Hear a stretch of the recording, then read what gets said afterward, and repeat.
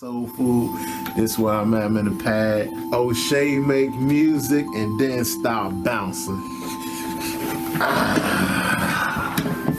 SoFood. I'm gonna go ahead and take this off real quick. What's up? We in there. What we doing, man? A certain song that you like. What's something that'll get the reaction like, what is this?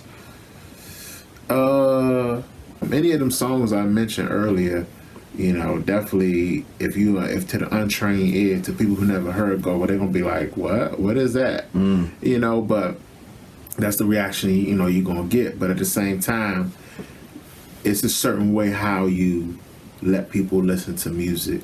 It's a certain way how you do things. It's a certain way how it's not what you do. Like I said, it's how you do it. Mm-hmm. So when you let somebody hit go that never heard it before, it ain't just here, listen to this.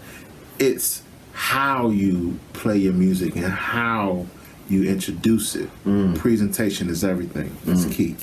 So the thing about it is, right now, like any genre, certain genres don't get the light that they should, the respect that they should. When you talk about jazz, and when jazz came up, jazz was hot in the 20s, 30s, 40s, 60s. Then after that, you started getting more into R&B.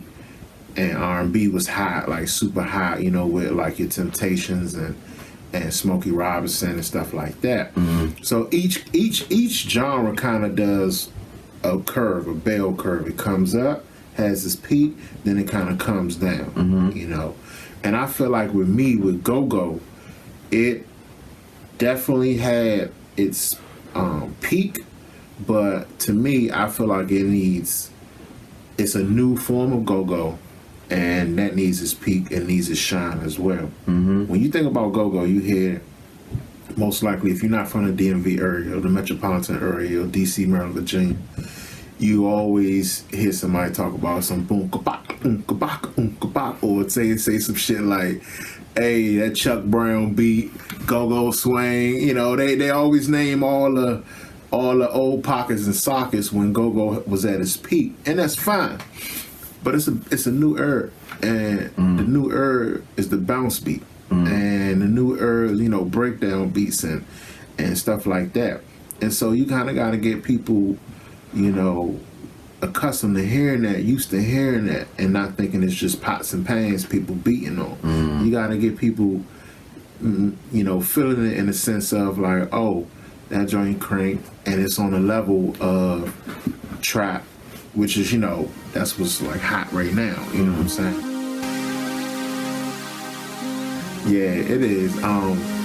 My band still gets played on the radio, 95.5, 93.9. During, you know, the 9:30 hour, that's when they play the go-go. So shouts out to the DJs that's still playing us on the radio. We came out with a song called The Simpson Bounce. That thing cranked. And that's kind of was like our breakout song for real. We got a song called Beat 'Em Up, Please Excuse My Hands, Clapping Time. So we got a few joints that I was a part of creating and making and recording, and it's still being played on the radio. But if you want to say anything that's solo me, not too much that's out there right now. This would be my first solo project, so once that get played, to answer your question, I'm gonna point them in that direction when all that stuff get played. All in due time. Hey, you know, it's a building process. Titanic's on the top of the iceberg, but then you see the bottom. I mean, you gotta go play into society. You gotta go with what's going on with the world. Be different. I dare you to be different, and that's cool. But if they call it trap, and I don't know who started the trap, why they say it is trap, maybe because, you know, it was a bunch of hood niggas, you know what I mean, and somebody was in there while they was, you know, dealing what they was dealing, cooking up what they was cooking up, serving what they was serving, you know, doing what they was doing, and they called it trap. You know, before trap, what was it? It was rap. It was hip hop. It was gangster rap. You know what I'm saying? So, you know, you really just kind of got to tap into the evolution of rap music, you know. So yes, now it's trap, and I do believe, you know, people personification. They try to be a certain way, and they call it trap. You know what I'm saying? So, you know, I believe it. You know, what they making nowadays, I'm all for it. I like it. It sounds good to me. You know, I can make it. So, you know, I like the music. You know what I'm saying? Okay. But I do want to tap back in and say this. It's all about where you were and the time when you and what you were doing that really kind of got you a big influx of what kind of music you like. You know, I can ask my mother right now. She'd be like, I'd be like, what kind of music you like? She goes, back in the day. Or anybody, you know, that's over 60. Most of the time, they're going to look at you like, what kind of nonsense is you playing? You know? And that's okay. That's acceptable, you know? But for real, it's the moment in time of what you were doing, who you were, you know, your golden years, and what you were listening to at that particular time. Same reason why I think Missy Elliott is my favorite song, because at that time I probably thought I was bigger than life, you know what I'm saying? And that song was the new jump. Okay. So, you know. So, do you see yourself having a new favorite song at 60 or 70?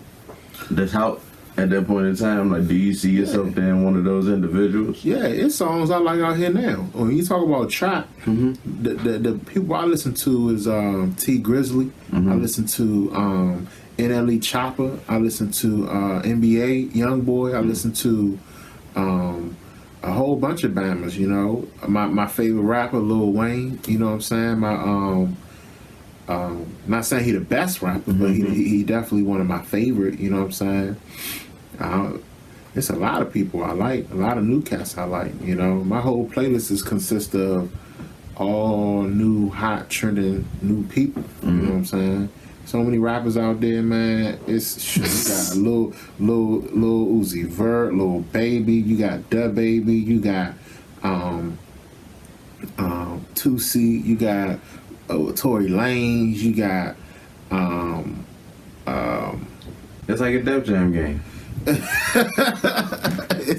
couldn't even make another one of them jumps. They're gonna have to make those jumps in parts. Do what you gotta do. I want to see that happen. I feel like the community, the culture want to see that happen.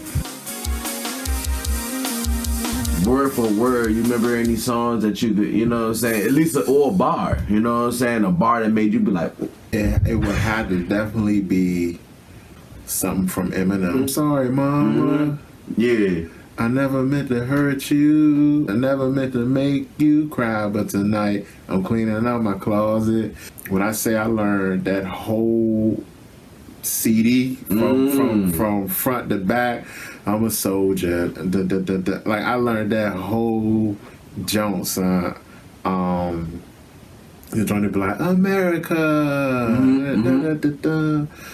I learned that whole song. I grew up heavy on 3-6, Project Pack, Juicy J, DSGB, Pastor Troy, Lil DMX. When I think I heard my first DMX CD was Flesh of My Flesh, Blood of My Blood. Ja Rule, surprisingly. Ja Rule was my man. I could say Ja Rule definitely was a heavy impact on my music. I could recite his bars word for word. Lil Wayne, you know what I'm saying? But see, around that time, Lil Wayne wasn't Lil Wayne, you know what I'm saying?